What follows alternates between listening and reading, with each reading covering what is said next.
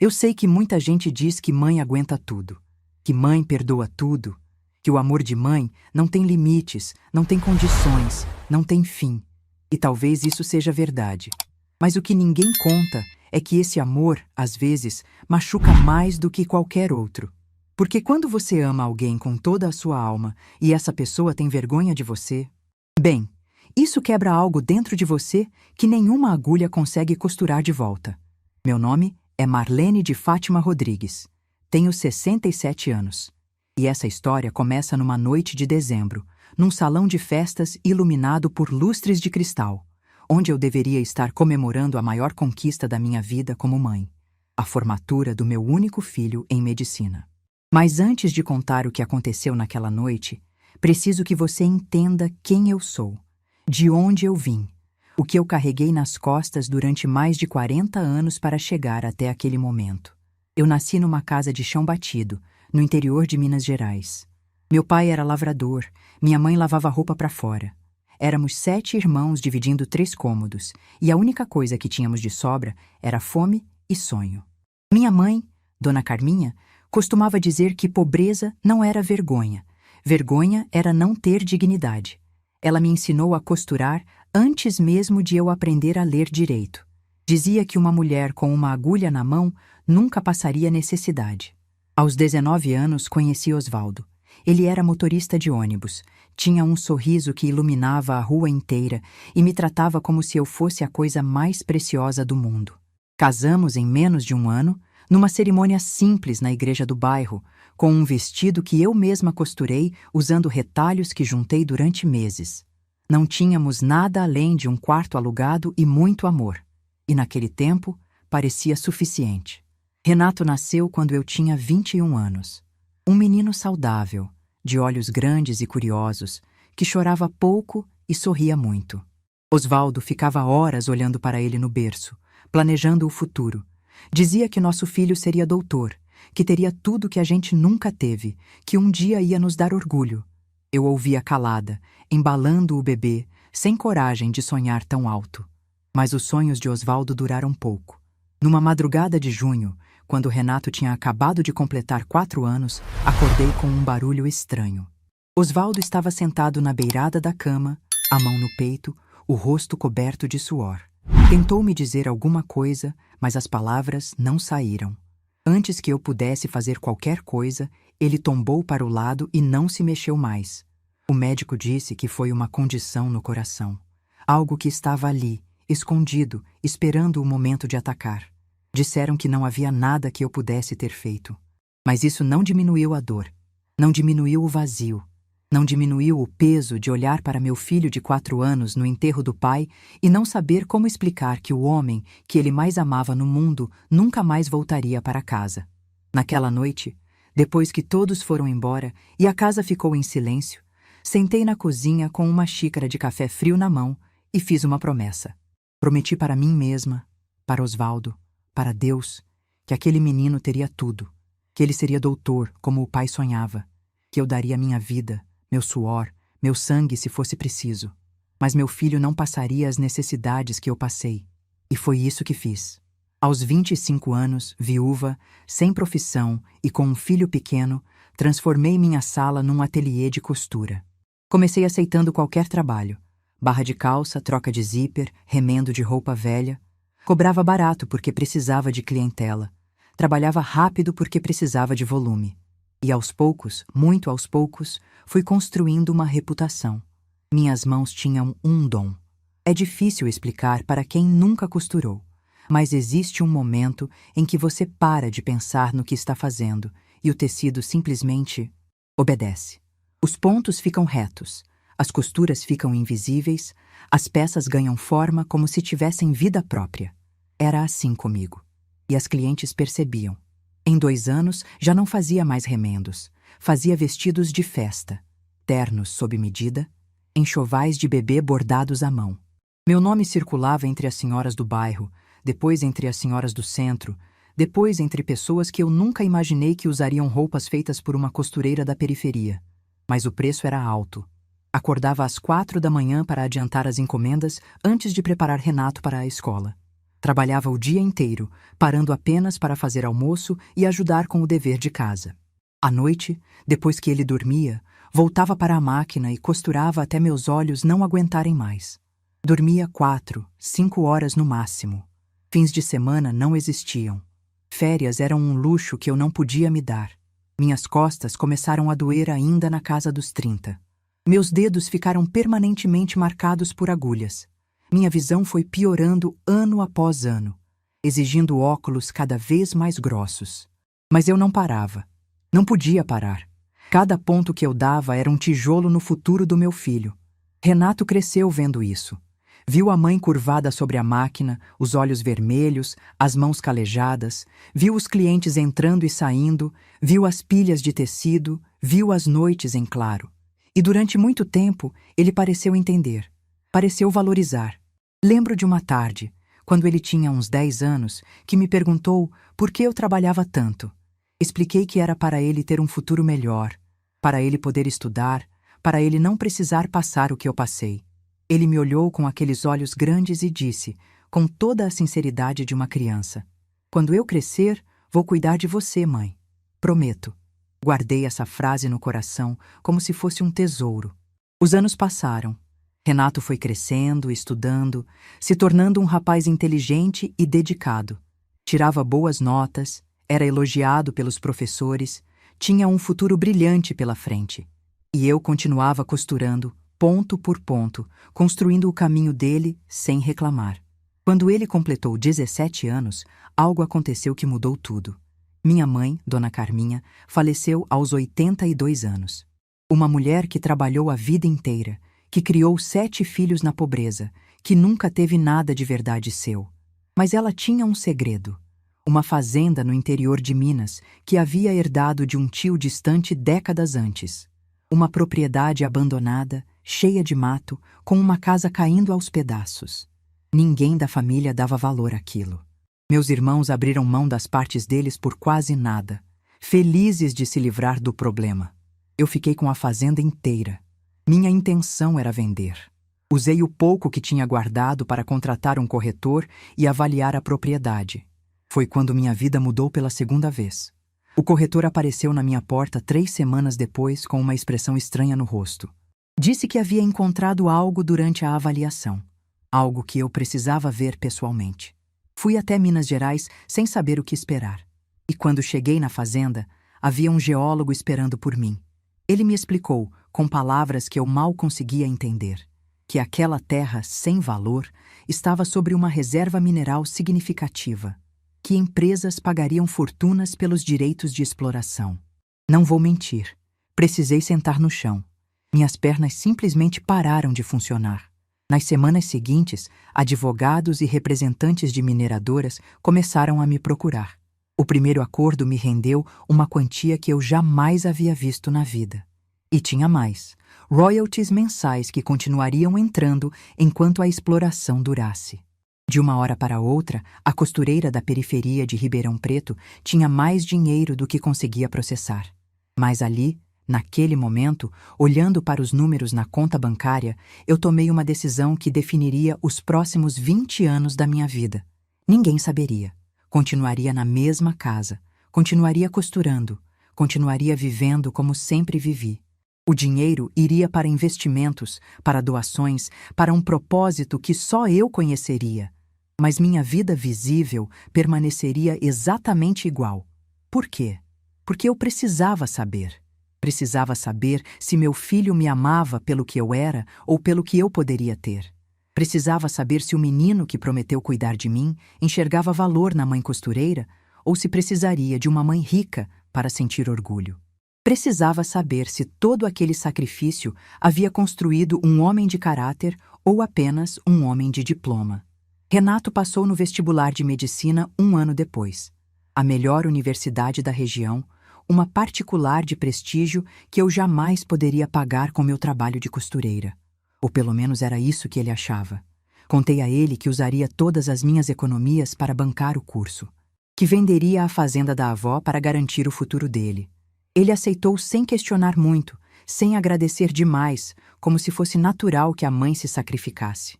O que ele não sabia era que aquelas economias eram apenas uma gota no oceano do que eu realmente possuía. E o que ele também não sabia era que a universidade onde ele estudaria já conhecia muito bem o meu nome. No primeiro ano de faculdade de Renato, eu procurei o reitor pessoalmente. Expliquei quem eu era, de onde vinha o dinheiro e o que eu queria fazer com ele. Criei um fundo de bolsas de estudo para jovens de baixa renda que sonhavam com medicina, mas não tinham como pagar. A única condição era o anonimato absoluto. Ninguém poderia saber que a benfeitora era uma costureira de Ribeirão Preto. O reitor, doutor Augusto Mendes, me olhou com uma expressão que nunca vou esquecer. Uma mistura de surpresa, respeito e algo que parecia emoção genuína. Aceitou minhas condições sem hesitar. Durante os anos seguintes, minhas doações cresceram. Financiei a reforma da biblioteca. Doei equipamentos para o hospital universitário. Patrocinei pesquisas que salvavam vidas.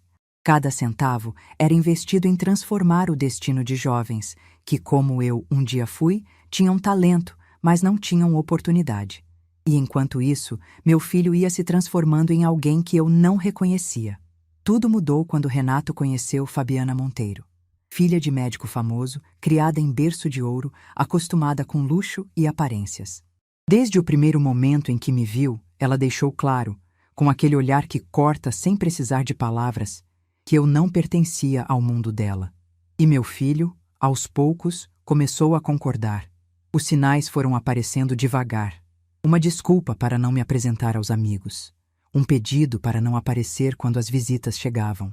Um comentário sobre minhas roupas serem simples demais para certas ocasiões. Cada pequena facada, cada pequena humilhação, eu engolia em silêncio. Dizia a mim mesma que era fase, que era a influência da namorada, que passaria. Não passou. O noivado, o casamento, o nascimento do meu neto. Em cada um desses momentos que deveriam ser de alegria, eu fui sistematicamente colocada de lado, ignorada, diminuída. Tratada como um constrangimento que precisava ser tolerado, não como a mulher que havia dedicado a vida inteira para que aquele homem existisse. E eu aguentei. Aguentei tudo. Porque era mãe. Porque achava que mãe tinha que aguentar. Até a noite da formatura. O salão estava deslumbrante. Lustres de cristal, mesas decoradas, a elite médica de Ribeirão Preto em seus melhores trajes. Eu entrei com meu vestido azul petróleo. O vestido que passei uma semana costurando, cada ponto feito com esperança de que, talvez naquela noite, meu filho olhasse para mim com orgulho. Encontrei-o no centro de um grupo de amigos. Todos rindo, todos elegantes. Fabiana estava ao lado dele, deslumbrante, ostentando joias que provavelmente custavam mais que minha casa. Fui me aproximando, querendo abraçá-lo, parabenizá-lo. Foi quando ouvi: gente, desculpa minha mãe. Ela é meio simples, não sabe se comportar nesse tipo de evento. Vocês sabem como é, né? Criação diferente. As risadas perfuraram minha alma. Abaixei a cabeça. Fiquei quieta, como sempre fiz. Mas dessa vez, algo diferente aconteceu dentro de mim. Não foi mais dor. Foi clareza. Uma clareza fria, cortante, definitiva. Encontrei uma mesa no fundo do salão e sentei ali, sozinha, esperando. Porque eu sabia de algo que ninguém naquele salão imaginava. Sabia que em poucos minutos o reitor subiria ao palco para uma homenagem especial. Sabia que ele pronunciaria um nome que faria meu filho engasgar. O meu nome. E enquanto esperava, pela primeira vez em 20 anos, eu não senti vontade de chorar. Senti vontade de ser vista. Existe um tipo de dor que não deixa marca visível. Não tem corte, não tem hematoma, não tem cicatriz que você possa mostrar para os outros e dizer: olha, foi aqui que me machucaram. É uma dor que acontece por dentro, que se acumula aos poucos, que vai corroendo sua alma tão devagar que você nem percebe que está sangrando. Até o dia em que olha para dentro e descobre que não sobrou quase nada. Foi assim que me senti durante os anos em que Fabiana Monteiro entrou na vida do meu filho. Renato estava no 3º ano de medicina quando a conheceu. Eu me lembro do dia em que ele me contou, porque foi a primeira vez que vi um brilho diferente nos olhos dele. Não era o brilho de quando passava numa prova difícil ou recebia elogio de um professor. Era outro tipo de brilho. O tipo que a gente só tem quando está apaixonado de verdade. Ela se chama Fabiana, ele disse. É filha do Dr. Hélio Monteiro, aquele cardiologista famoso. A gente se conheceu numa festa da faculdade. Fiquei genuinamente feliz por ele. Meu filho merecia encontrar alguém, construir uma família, ser amado. Perguntei quando poderia conhecê-la e ele prometeu que logo marcaria um jantar para nos apresentar. O jantar demorou 3 meses para acontecer. 3 meses em que Renato sempre tinha uma desculpa. Fabiana estava ocupada. A família dela tinha viajado. Ela tinha compromissos. Eu não desconfiava de nada. Achava que eram apenas desencontros normais da vida corrida, de estudantes de medicina. Quando finalmente marcaram, eu me preparei como se fosse o dia mais importante da minha vida. Passei uma semana escolhendo o tecido certo, um crepe azul marinho elegante, mas discreto. Costurei um vestido que ficou perfeito, com um acabamento impecável, do tipo que minhas clientes mais exigentes aprovariam. Fiz meu cabelo no salão do bairro, coloquei os brincos de pérola que eram da minha mãe, me olhei no espelho e pensei, estou apresentável. Estou digna de conhecer a moça que meu filho ama. O jantar seria na casa dos Monteiro, uma mansão no bairro mais nobre de Ribeirão Preto, com jardim imenso, piscina, 3 carros importados na garagem. Eu nunca tinha entrado numa casa daquele tamanho. Fiquei impressionada, mas tentei não demonstrar. Minha mãe sempre dizia que a admiração se guarda por dentro.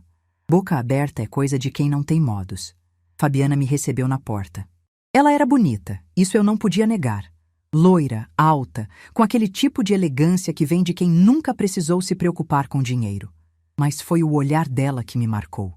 Um olhar que me avaliou dos pés à cabeça em menos de 2 segundos e chegou a uma conclusão antes mesmo de eu abrir a boca. Ah, você é a mãe do Renato, ela disse. O tom não era de pergunta, era de confirmação.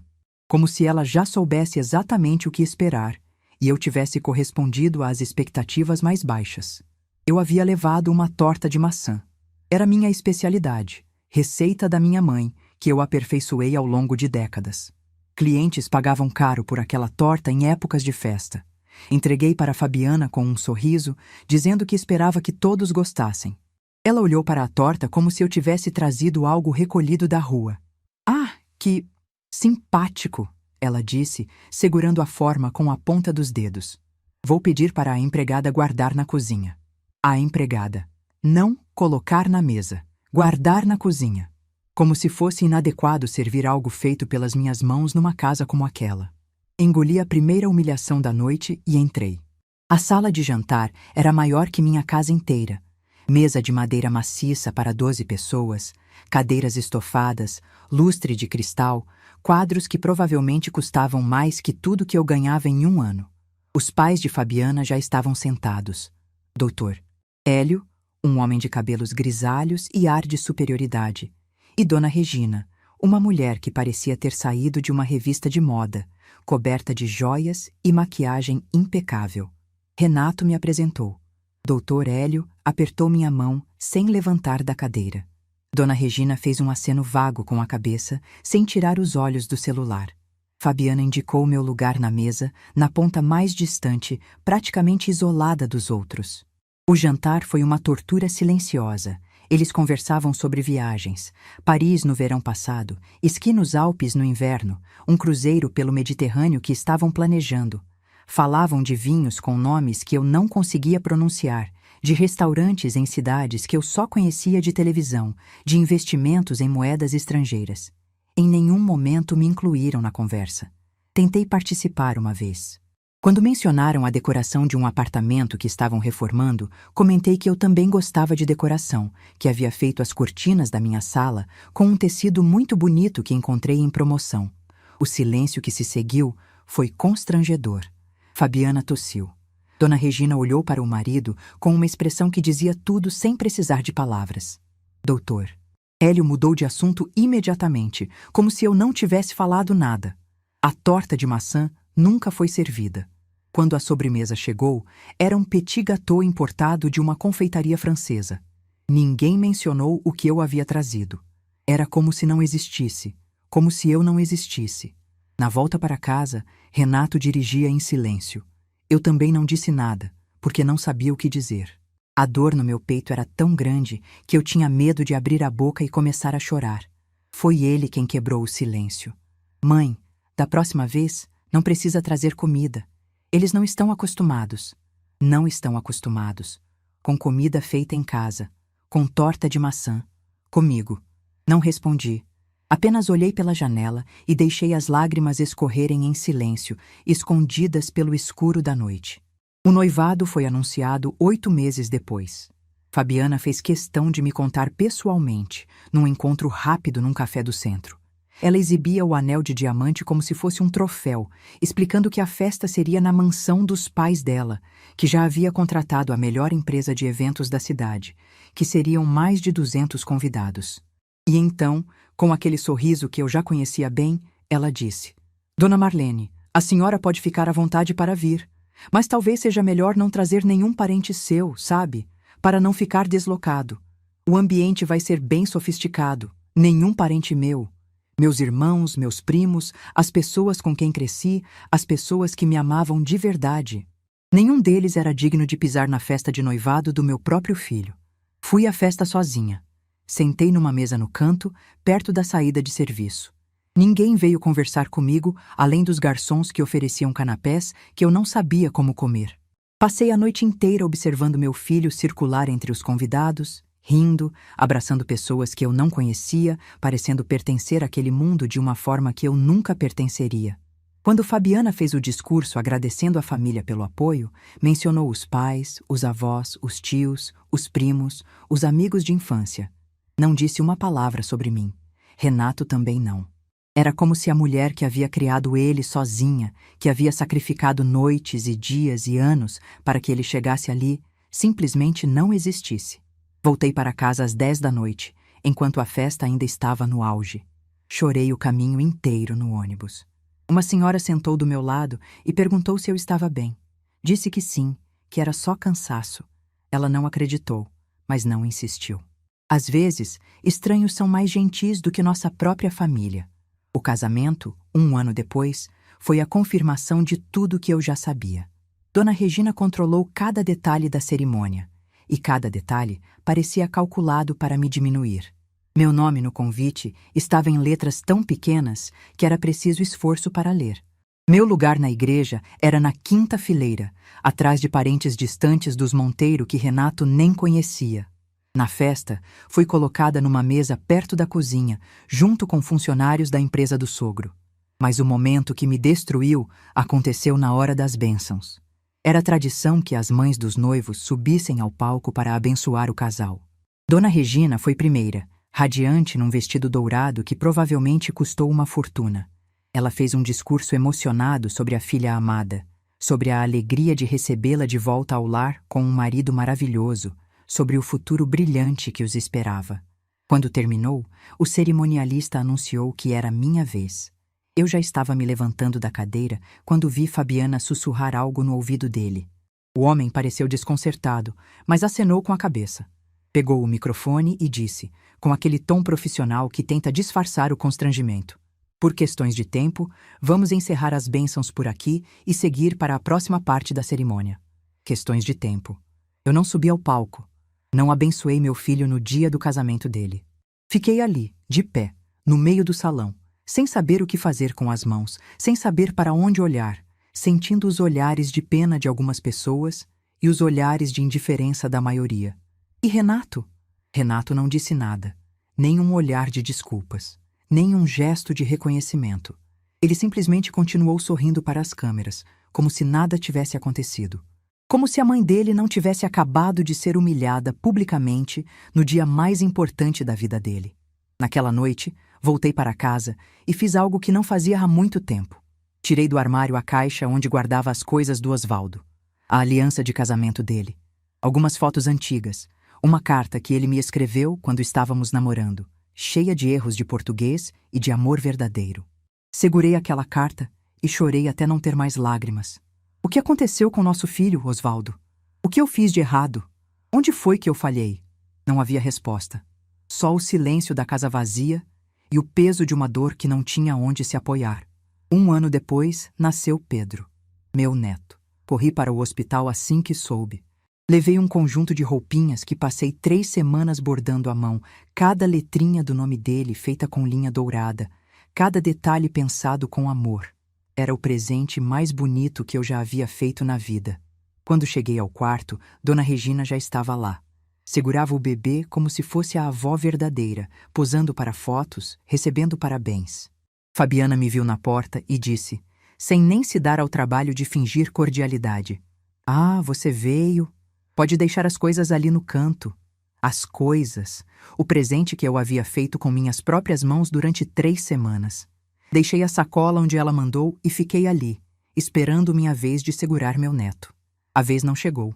Sempre havia alguém na frente. Sempre havia uma desculpa. O bebê estava dormindo. O bebê tinha acabado de mamar. O bebê não podia ficar passando de colo em colo. Fui embora sem segurá-lo. As roupinhas que bordei foram esquecidas no hospital. Semanas depois, perguntei a Renato se Fabiana havia gostado. Ele disse que não sabia de nenhuma roupinha, que provavelmente tinha se perdido na confusão da maternidade. Perdido. 3 semanas de trabalho. Perdido. Nos anos seguintes, meu papel na vida do meu neto foi reduzido ao mínimo. Eu só podia visitá-lo quando Fabiana permitia, geralmente quando ela precisava de alguém para ficar com ele enquanto saía. Dona Regina era a avó oficial, a que aparecia nas fotos de aniversário, a que levava para passeios no shopping, a que comprava presentes caros que eu jamais poderia dar.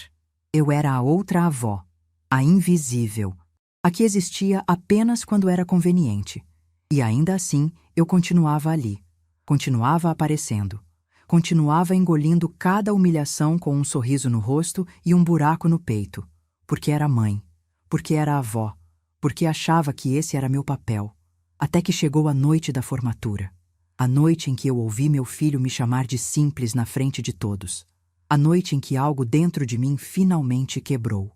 Mas não foi meu coração que quebrou. Foi a corrente que me mantinha presa a um papel que nunca deveria ter aceitado. E quando o reitor subiu ao palco para anunciar o nome da maior doadora da história daquela universidade, eu já estava pronta. Pronta para ser vista. Pronta para mostrar ao meu filho e a todos que me diminuíram que a mulher simples que eles desprezavam era a mesma que havia construído o chão onde eles pisavam. E dessa vez, eu não abaixaria a cabeça. Dizem que a verdade liberta. Mas ninguém conta que, antes de libertar, ela queima. Queima como fogo atravessando anos de silêncio. Queima como luz entrando num quarto escuro por tempo demais.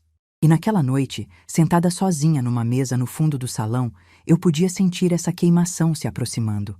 Não com medo, com algo que eu não sentia há décadas. Expectativa. O salão de festas estava em plena celebração. Taças tilintando, risadas elegantes, o murmúrio constante de pessoas que se achavam importantes, conversando sobre coisas que julgavam relevantes. Os formandos circulavam em seus trajes impecáveis, recebendo abraços, tirando fotos, saboreando o gosto da vitória. Entre eles, meu filho Renato brilhava como se fosse o centro do universo. E talvez, para aquelas pessoas, ele fosse. Eu observava tudo da minha mesa, a mesma para onde me dirigi depois de ouvir aquelas palavras. Simples. Não sabe se comportar. Criação diferente. Cada palavra havia sido uma pedra atirada contra o muro que eu construí para proteger meu coração. E dessa vez, o muro havia rachado, mas não desmoronou. Não ainda. Uma garçonete jovem se aproximou e perguntou se eu queria mais alguma coisa. Olhei para ela e vi algo familiar. O cansaço nos olhos de quem trabalha demais. As mãos que provavelmente conheciam o peso de bandejas desde cedo. O sorriso educado que esconde as próprias lutas. Ela me lembrou de mim mesma, há muitos anos, quando eu era apenas uma viúva tentando sobreviver. Pedi um copo d'água. Ela assentiu e se afastou, mas antes de ir, tocou levemente meu ombro. Um gesto pequeno, quase invisível, mas que dizia mais do que 1000 palavras de conforto. No palco, o cerimonialista anunciava os próximos momentos da noite. A entrega dos diplomas havia terminado. Os discursos protocolares dos professores também. Faltava apenas uma coisa antes de liberar a pista de dança e o restante da festa. Uma homenagem especial. Meu coração acelerou. Eu sabia o que viria. Havia combinado cada detalhe com o Dr. Augusto 3 meses antes, quando finalmente aceitei sair das sombras. Durante anos, recusei qualquer tipo de reconhecimento.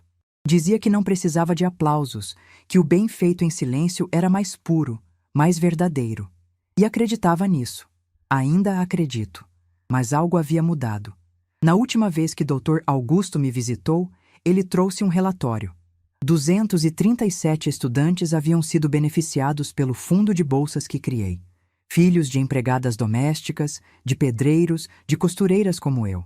Jovens que agora eram médicos, salvando vidas em hospitais pelo Brasil inteiro. Ele me mostrou cartas de agradecimento que me fizeram chorar por horas. E então disse algo que ficou martelando na minha cabeça. Dona Marlene, a senhora mudou a vida dessas pessoas. Mas sabe o que mais poderia mudar? Se as pessoas soubessem que por trás dessas doações existe uma costureira que construiu tudo com as próprias mãos, imagine quantas outras pessoas se sentiriam inspiradas a fazer o mesmo. Eu não aceitei naquele momento. Disse que ia pensar. E então veio a noite em que descobri sobre a formatura de Renato. A mesma universidade, a mesma data.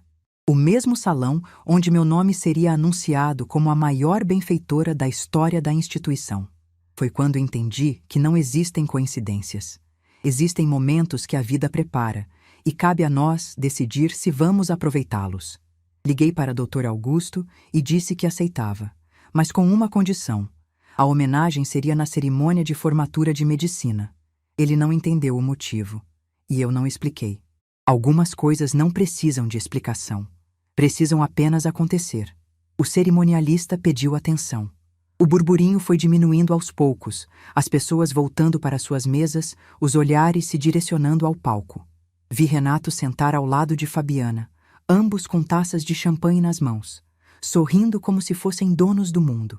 Dona Regina estava na mesa ao lado, exibindo seu colar de diamantes. Doutor.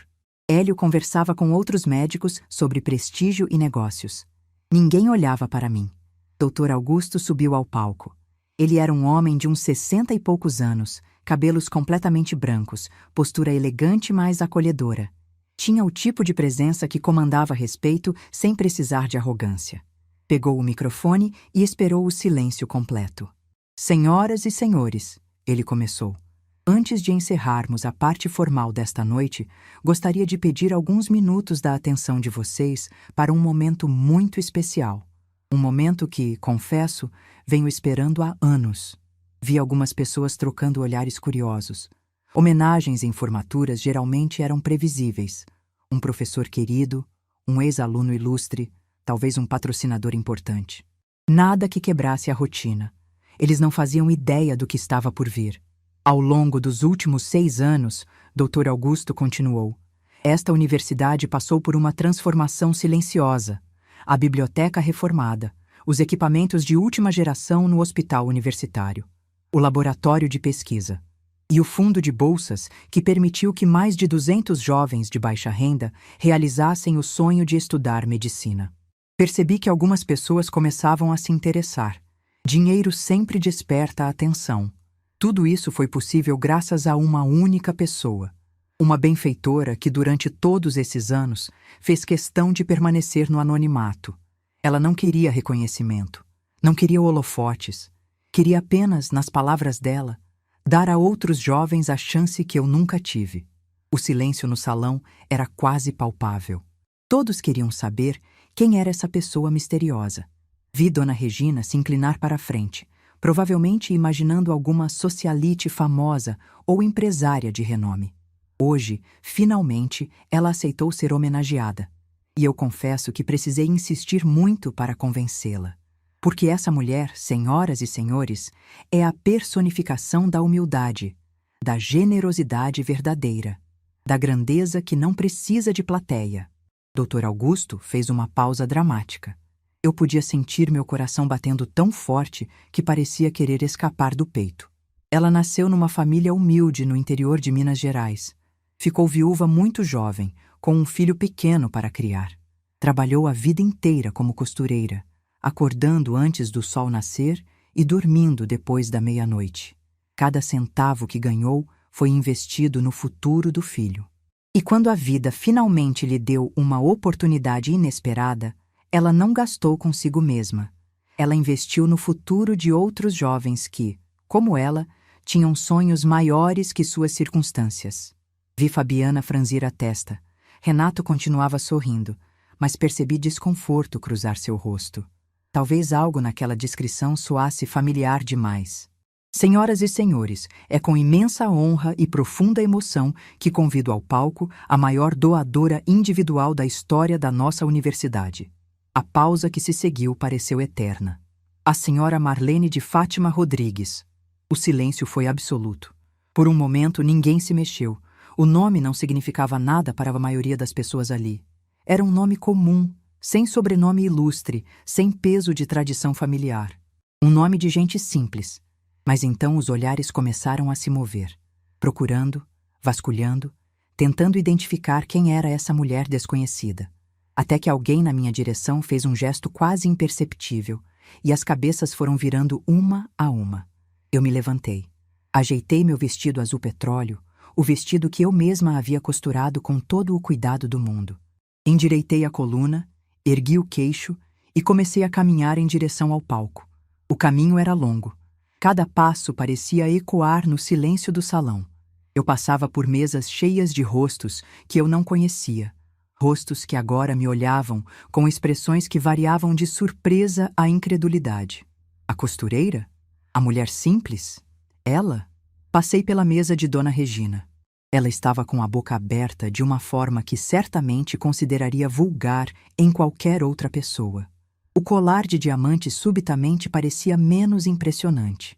Passei pela mesa de Dr. Hélio, que havia parado no meio de uma frase e me olhava como se estivesse vendo uma aparição. E então cheguei à mesa onde meu filho estava. Renato tinha o rosto branco como papel, os olhos arregalados, fixos em mim, como se não conseguisse processar o que estava acontecendo. A taça de champanhe tremia na mão dele.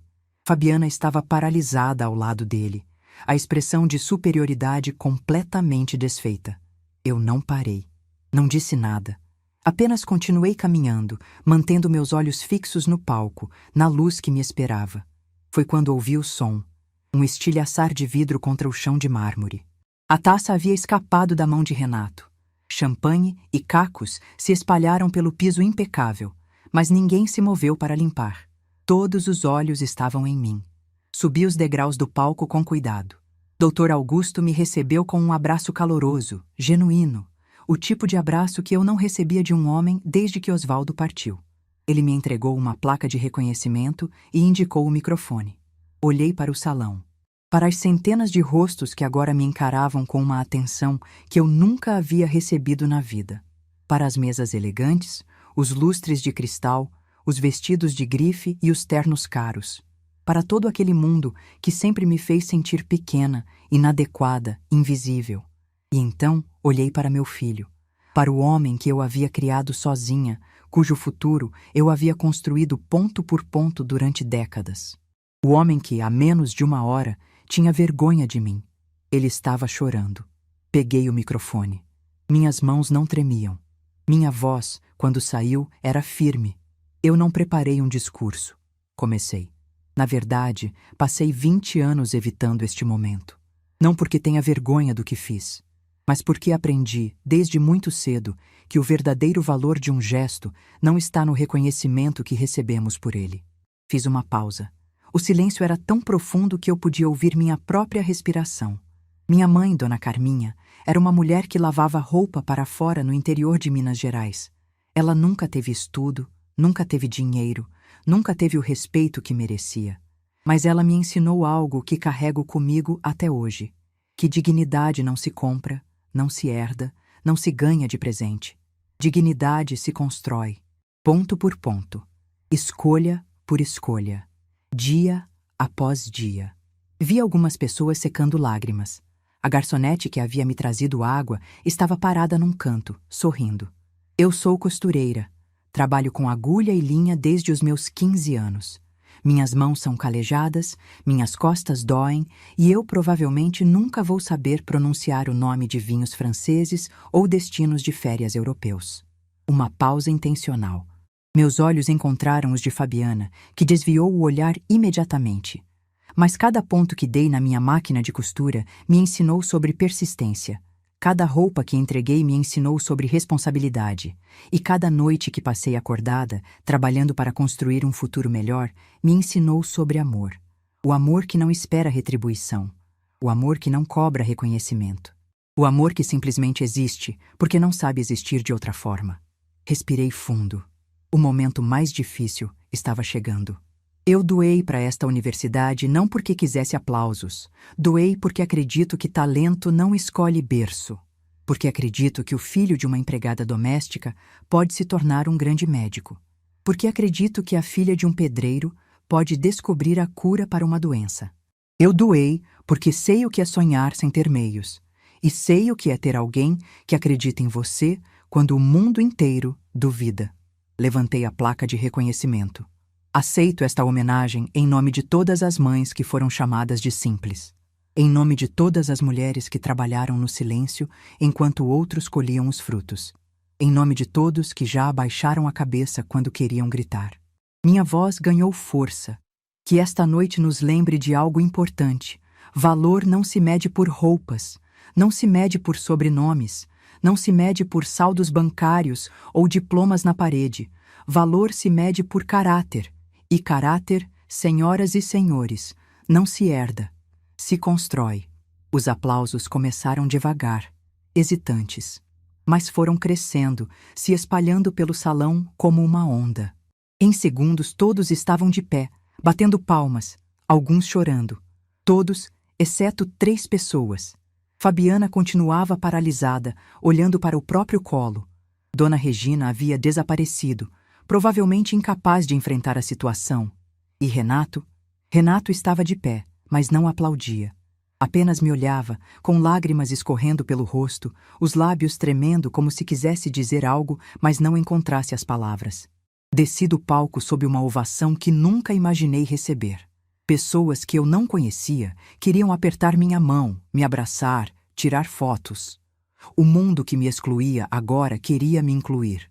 Mas eu não estava ali por eles. Atravessei o salão em direção à única pessoa que importava naquele momento.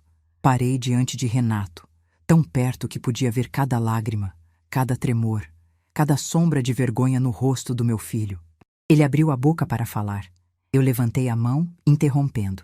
Agora não, disse, baixinho, só para ele ouvir. Agora não. E me virei, caminhando em direção à saída, deixando para trás o salão iluminado, os aplausos que ainda ecoavam e o filho que finalmente havia me enxergado. Mas talvez fosse tarde demais. Saí daquele salão como quem sai de um incêndio.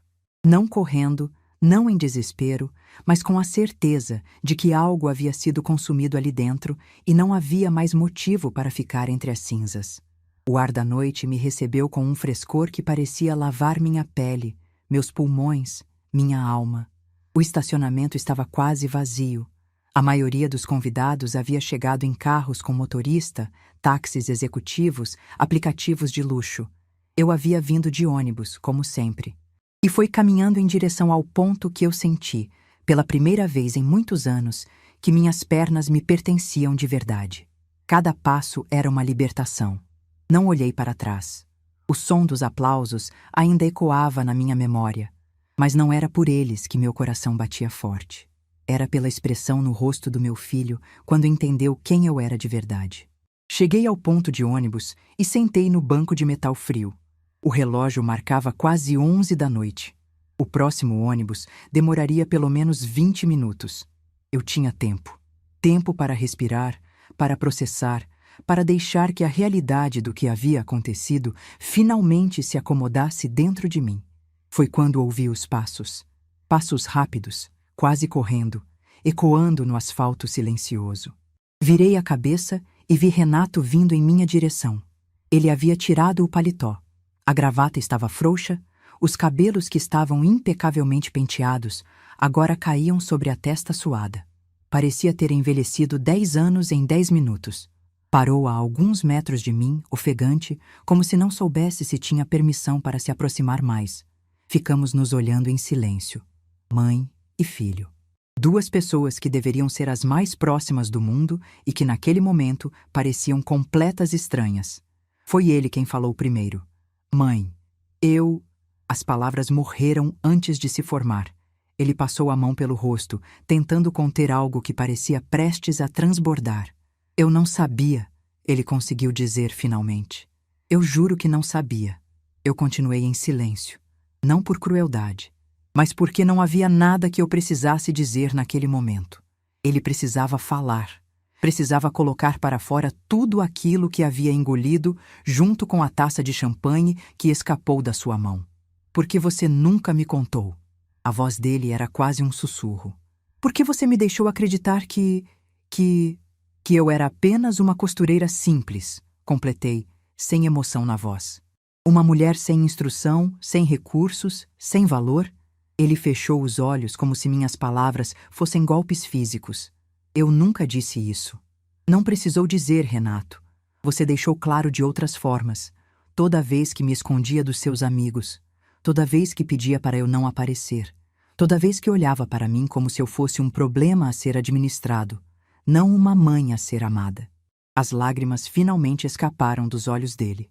Escorreram pelo rosto em silêncio, caindo no asfalto escuro. Eu estava errado, ele disse. Eu estava tão errado. Eu me perdi, mãe.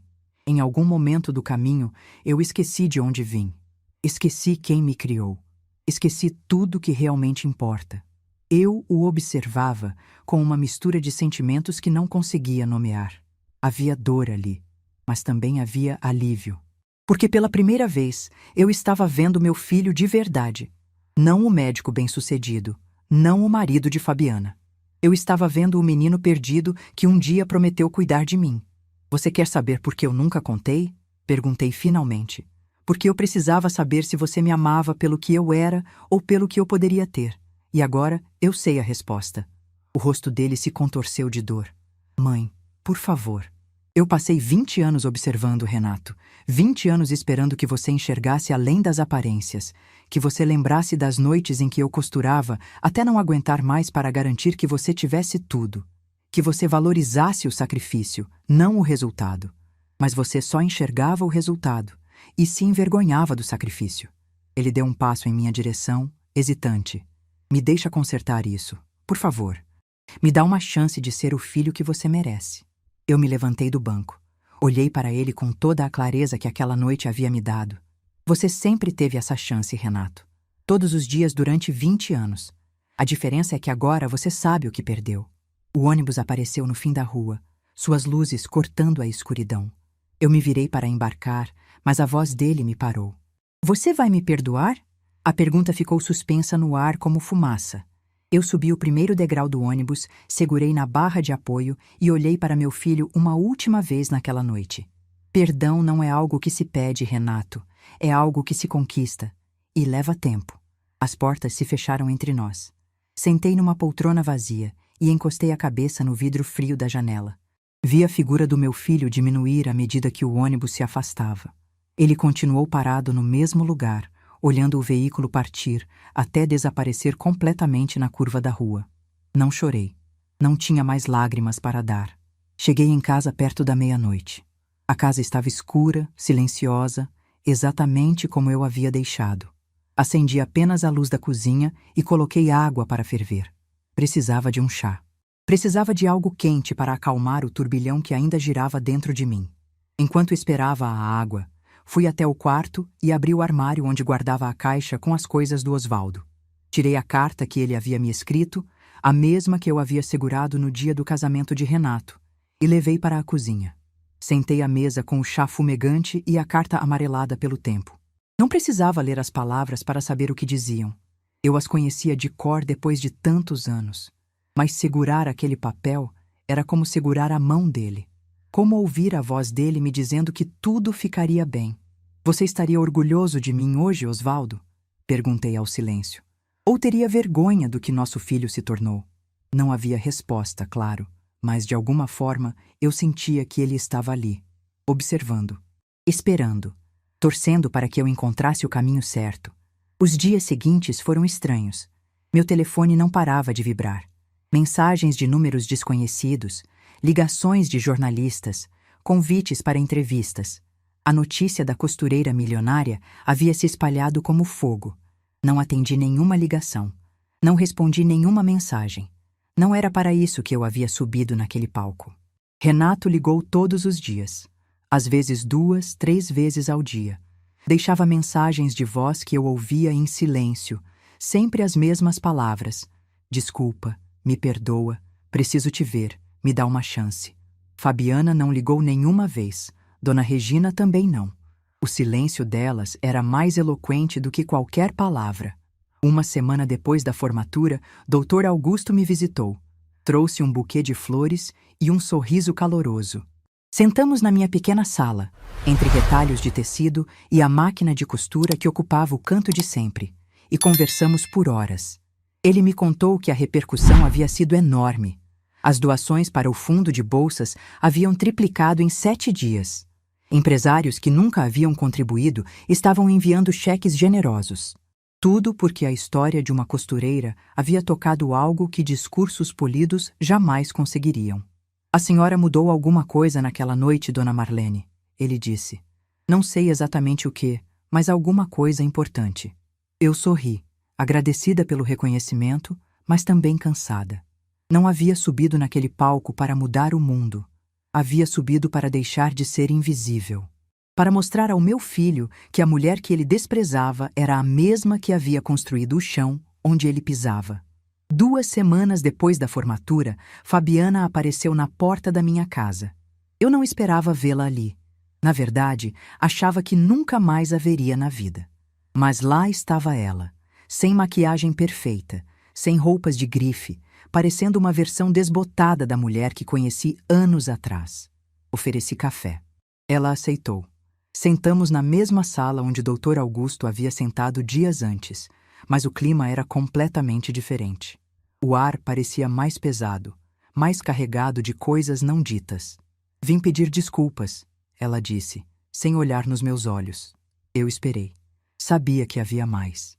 Eu tratei a senhora de uma forma horrível durante todos esses anos. Eu sei disso. Eu sabia na época também, mas não me importava. Achava que a senhora não tinha importância, que era só a mãe do Renato, alguém que a gente precisava tolerar de vez em quando. Ela finalmente me olhou. Havia algo nos olhos dela que eu nunca tinha visto antes. Algo parecido com vergonha genuína. Quando o reitor anunciou o nome da senhora, eu achei que fosse um erro. Achei que havia outra Marlene, alguém importante de verdade. E então, a senhora se levantou daquela mesa no fundo, com aquele vestido que claramente tinha costurado em casa, e caminhou até o palco como se fosse uma rainha. Ela fez uma pausa, respirando fundo. Naquele momento, eu entendi que passei anos desprezando alguém que era muito maior do que eu jamais seria. Eu tomei um gole do meu café, deixando que o silêncio se estendesse. Não por crueldade, mas porque aquela mulher precisava sentir o peso das próprias palavras antes de receber qualquer resposta minha. "E o que você quer de mim, Fabiana?" perguntei finalmente. Ela pareceu surpresa com a pergunta direta. Eu não sei. Acho que queria que a senhora soubesse que eu reconheço meus erros." "E isso muda alguma coisa?" O rosto dela se contraiu. "Deveria mudar?" Eu coloquei a xícara na mesa e olhei para ela com a mesma clareza que havia olhado para Renato no ponto de ônibus. "Fabiana, durante anos você fez questão de me diminuir em cada oportunidade que teve. Me excluiu do noivado, me humilhou no casamento, me tratou como uma intrusa na vida do meu próprio neto. E fez tudo isso não porque eu tivesse feito algo contra você, mas simplesmente porque eu não tinha dinheiro, não tinha status, não tinha o tipo de valor que você reconhecia." Ela abaixou a cabeça. "Eu sei. Então deixa eu te perguntar uma coisa. Se eu não tivesse subido naquele palco, se eu continuasse sendo apenas a costureira sem importância, você estaria aqui hoje pedindo desculpas?" O silêncio que se seguiu foi a resposta mais honesta que ela poderia dar. "Foi o que eu pensei", disse-me levantando. "Obrigada pela visita, Fabiana, mas acho que não temos mais nada para conversar." Ela se levantou também, o rosto vermelho de constrangimento ou vergonha. Eu não saberia dizer. Caminhou até a porta, mas antes de sair, se virou uma última vez. "A senhora deveria saber que estou pedindo o divórcio." Eu não demonstrei surpresa, embora por dentro algo tivesse se movido. Por causa do que aconteceu na formatura? Ela balançou a cabeça. Por causa do que a formatura me mostrou. Sobre mim mesma. Sobre o tipo de pessoa que me tornei. Sobre o casamento que construí baseado em aparências. Ela abriu a porta e saiu sem dizer mais nada. Fiquei parada no meio da sala por um longo tempo, processando aquela conversa. Fabiana estava pedindo divórcio. Não por minha causa, não diretamente, mas porque aquela noite havia funcionado como um espelho, refletindo verdades que ninguém queria ver. Sentei na minha poltrona e olhei para a máquina de costura no canto da sala. Aquela máquina havia me acompanhado por mais de 40 anos. Havia produzido vestidos de noiva, enxovais de bebê, ternos de formatura, havia colocado comida na mesa, mantido um teto sobre nossas cabeças, construído o futuro do meu filho, e nunca havia pedido nada em troca. Talvez fosse hora de eu aprender com ela. Continuar fazendo o que sabia fazer, sem esperar reconhecimento, sem depender da aprovação dos outros. Porque no final das contas, meu valor nunca dependeu de quem me enxergava ou deixava de enxergar. Meu valor estava em cada ponto que eu dei, em cada escolha que eu fiz, em cada noite que eu sacrifiquei pelo futuro de alguém que amava. E isso ninguém poderia tirar de mim. O telefone tocou mais uma vez. Era Renato. Olhei para o nome piscando na tela e pela primeira vez desde a formatura, atendi. Mãe? A voz dele era hesitante, quase infantil. Eu estou ouvindo, Renato. Eu preciso te ver. Preciso conversar. De verdade dessa vez, sem desculpas ensaiadas, sem tentar me justificar. Só conversar. Eu respirei fundo, olhando pela janela para a rua onde havia construído minha vida inteira. Amanhã, disse. Vem aqui em casa amanhã às 3 da tarde. E vem sozinho. Desliguei antes que ele pudesse responder. A reconstrução levaria tempo. Talvez anos. Talvez nunca fosse completa. Mas pela primeira vez desde aquela noite no salão de festas, eu senti que havia uma possibilidade. Uma porta entreaberta por onde a luz poderia entrar. E às vezes, uma porta entreaberta é tudo o que precisamos para começar de novo. Faz 22 anos que aquela noite aconteceu. 22 anos desde que a taça escapou da mão do meu filho. Desde que subi naquele palco, desde que finalmente fui vista. E se estou contando essa história agora, aos 67 anos, sentada na varanda do meu apartamento com vista para a cidade de Campinas, é porque algumas feridas precisam de décadas para virar cicatrizes que a gente consegue mostrar sem doer. Mas deixe eu voltar para onde paramos. Para o dia seguinte, aquela conversa com Fabiana, quando Renato viria à minha casa às 3 da tarde. Ele chegou às 2h30. Eu estava na cozinha preparando café quando ouvi a campainha.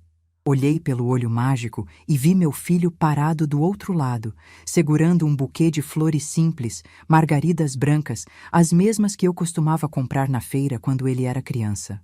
Ele lembrava. Depois de tudo, ele ainda lembrava. Abri a porta e ficamos nos olhando em silêncio por alguns segundos. Ele estava diferente, não fisicamente, mas algo nos olhos dele havia mudado. A arrogância que eu via há anos tinha dado lugar a algo mais suave, mais humano. Ele me entregou as flores sem dizer nada. Eu peguei e cheirei, sentindo o perfume leve que me transportou para tardes distantes, quando a vida era mais simples e meu menino ainda me olhava como se eu fosse a pessoa mais importante do mundo. Entramos.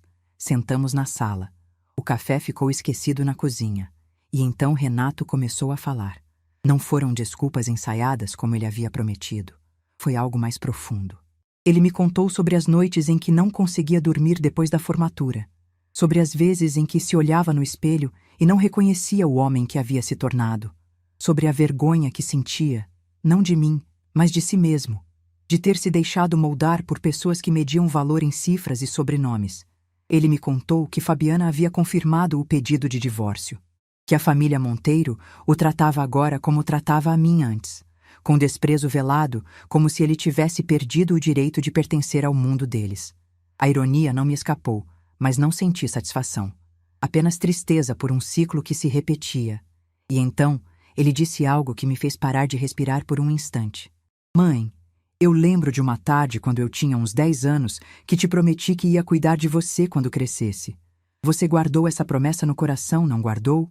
Eu assenti em silêncio, as lágrimas já se formando nos meus olhos. Eu quebrei essa promessa de todas as formas possíveis. Ele continuou, a voz embargada. Mas se você me deixar, eu quero passar o resto da minha vida tentando cumprir o que aquele menino prometeu. Não porque você precisa que alguém cuide de você. Você provou que é mais forte do que qualquer pessoa que eu conheço. Mas porque eu preciso. Eu preciso ser o filho que você merece. Naquele momento, olhando para meu filho com lágrimas escorrendo pelo rosto, eu vi algo que não via há muito tempo. Vi o menino que corria para me abraçar quando eu chegava do trabalho. Vi o adolescente que me trazia chá quando eu ficava doente.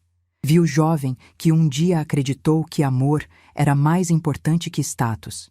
Ele ainda estava lá, enterrado sob camadas de escolhas erradas, mas ainda estava lá. Eu me levantei, fui até ele e fiz algo que não fazia há anos. Abracei meu filho. Um abraço de verdade, daqueles que a gente dá quando quer dizer tudo que as palavras não conseguem expressar. Ele chorou no meu ombro como não chorava desde criança. E eu deixei. Porque às vezes, a cura começa quando a gente permite que a dor finalmente saia. Não foi um perdão instantâneo. Perdão de verdade nunca é. Foi o início de uma reconstrução que levaria anos. Uma reconstrução feita de pequenos gestos, de visitas semanais, de conversas difíceis, de silêncios que aos poucos foram se tornando confortáveis novamente. Renato vendeu o apartamento que dividia com Fabiana e se mudou para um lugar menor, mais simples.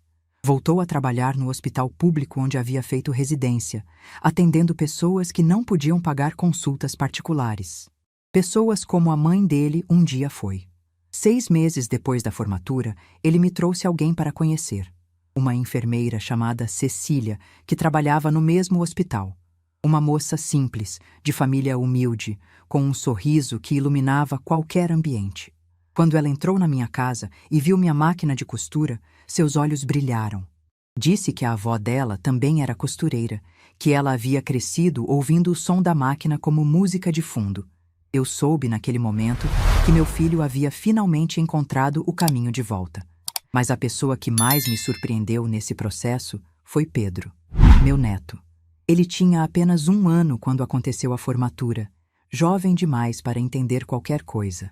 Mas à medida que foi crescendo, foi fazendo perguntas. Por que a vovó Marlene morava sozinha? Por que ela não aparecia nas fotos antigas?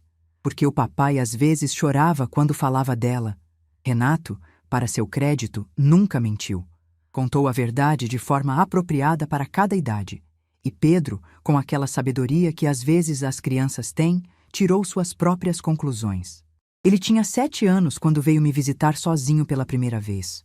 Renato o trouxe, mas ficou esperando no carro. Pedro entrou na minha sala, olhou ao redor com curiosidade e então foi direto até a máquina de costura. Vovó, você pode me ensinar a costurar? Eu pisquei, surpresa. De todos os pedidos que esperava, esse não estava na lista. Por que você quer aprender, meu amor? Ele me olhou com aqueles olhos grandes, tão parecidos com os do pai, e disse com toda a seriedade de uma criança de 7 anos. Porque o papai disse que você construiu a vida inteira dele com essa máquina. E eu quero aprender a construir coisas também. Naquele dia, sentei meu neto no meu colo e ensinei a ele o básico. Como enfiar a linha, como posicionar o tecido, como fazer o primeiro ponto. Ele errou várias vezes, se frustrou, quase desistiu, mas continuou tentando. E quando finalmente conseguiu fazer uma linha reta, seu sorriso valeu mais do que qualquer aplauso que recebi naquele palco. Pedro hoje tem 23 anos. Está no último ano de medicina, na mesma universidade onde tudo aconteceu. Mas diferente do pai, ele nunca esqueceu de onde veio. Toda semana, sem falta, aparece no meu apartamento com um pacote de margaridas brancas e passa a tarde comigo. Às vezes conversamos, às vezes ficamos em silêncio. Às vezes ele me ajuda a costurar, porque sim, eu ainda costuro, mesmo aos 67 anos com a vista cansada e as mãos mais lentas. Ele me conta sobre a faculdade, sobre os pacientes que atende nos estágios, sobre os sonhos que tem para o futuro, e sempre termina a visita com a mesma frase. Obrigado por não ter desistido da nossa família, vovó. É nesses momentos que eu entendo que tudo valeu a pena. Cada noite em claro, cada humilhação engolida, cada lágrima derramada em silêncio. Tudo me trouxe até aqui, até essa varanda, até essa paz que eu nunca imaginei que encontraria. Ano passado, algo especial aconteceu. A universidade me convidou para ser paraninfa da turma de medicina. 22 anos depois daquela formatura, eu voltaria ao mesmo salão, ao mesmo palco, para receber uma homenagem diferente. Dessa vez, não como a benfeitora anônima que finalmente foi revelada, mas como a mulher cuja história havia inspirado gerações de estudantes. Dr. Augusto já não era mais reitor. Havia se aposentado há alguns anos, mas fez questão de estar presente. Veio até mim antes da cerimônia, segurou minhas mãos e disse com lágrimas nos olhos: Dona Marlene, a senhora salvou mais vidas com suas doações do que a maioria dos médicos formados aqui. Nunca se esqueça disso. Renato estava na plateia, ao lado de Cecília, que agora era sua esposa. Pedro estava entre os formandos, prestes a receber seu diploma. E quando subi ao palco para fazer meu discurso, vi algo que me fez sorrir. Na primeira fileira, bem no centro, havia uma cadeira reservada com uma placa pequena, em memória de Oswaldo Rodrigues, o homem que sonhou primeiro. Meu filho havia feito aquilo. Sem me contar, sem pedir permissão, apenas fez. Olhei para aquela cadeira vazia e senti que Oswaldo estava ali, assistindo, orgulhoso, finalmente vendo o filho que ele sempre soube que Renato poderia ser. Meu discurso foi curto. Não precisava de muitas palavras. Disse apenas que a vida é feita de pontos como uma costura. Alguns são retos, outros são tortos.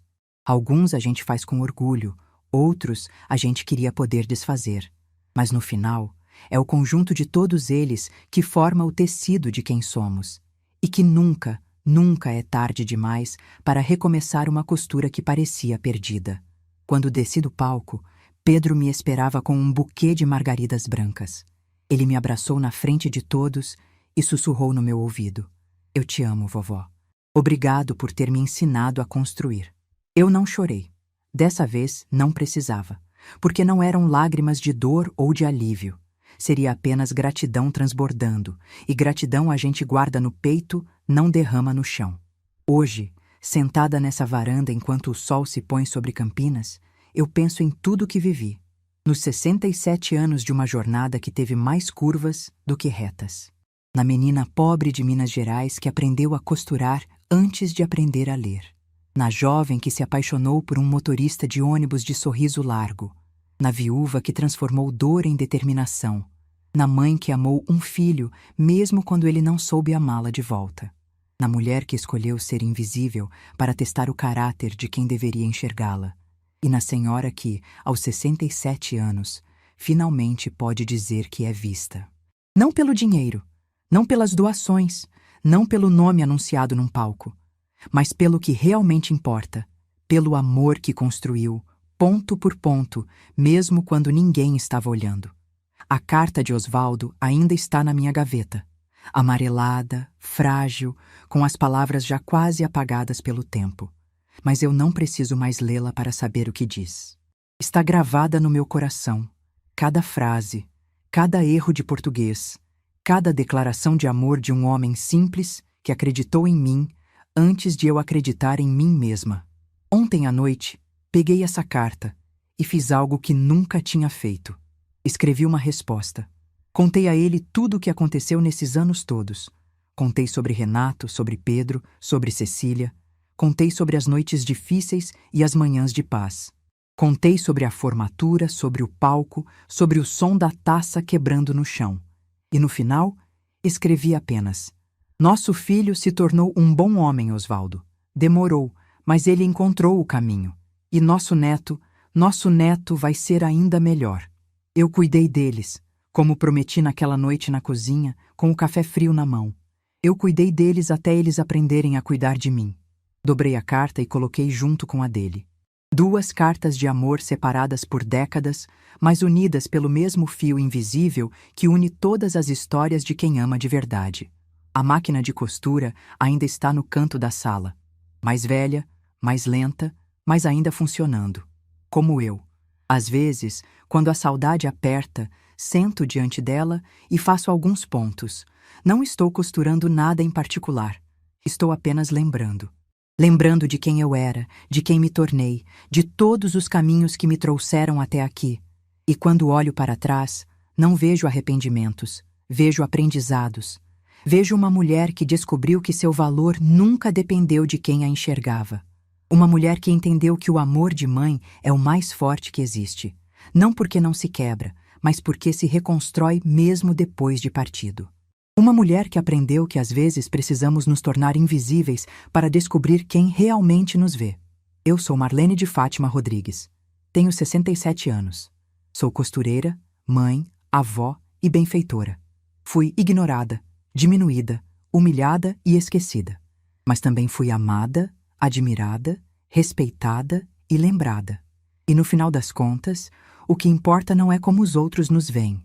É como a gente se vê quando fecha os olhos à noite e faz as pazes com o próprio reflexo. Eu me vejo em paz. E isso, depois de tudo, é mais do que suficiente. Se essa história tocou seu coração, deixe seu like, se inscreva no canal e comente aqui embaixo. No meu lugar, o que você faria? Sua mensagem pode iluminar o dia de alguém.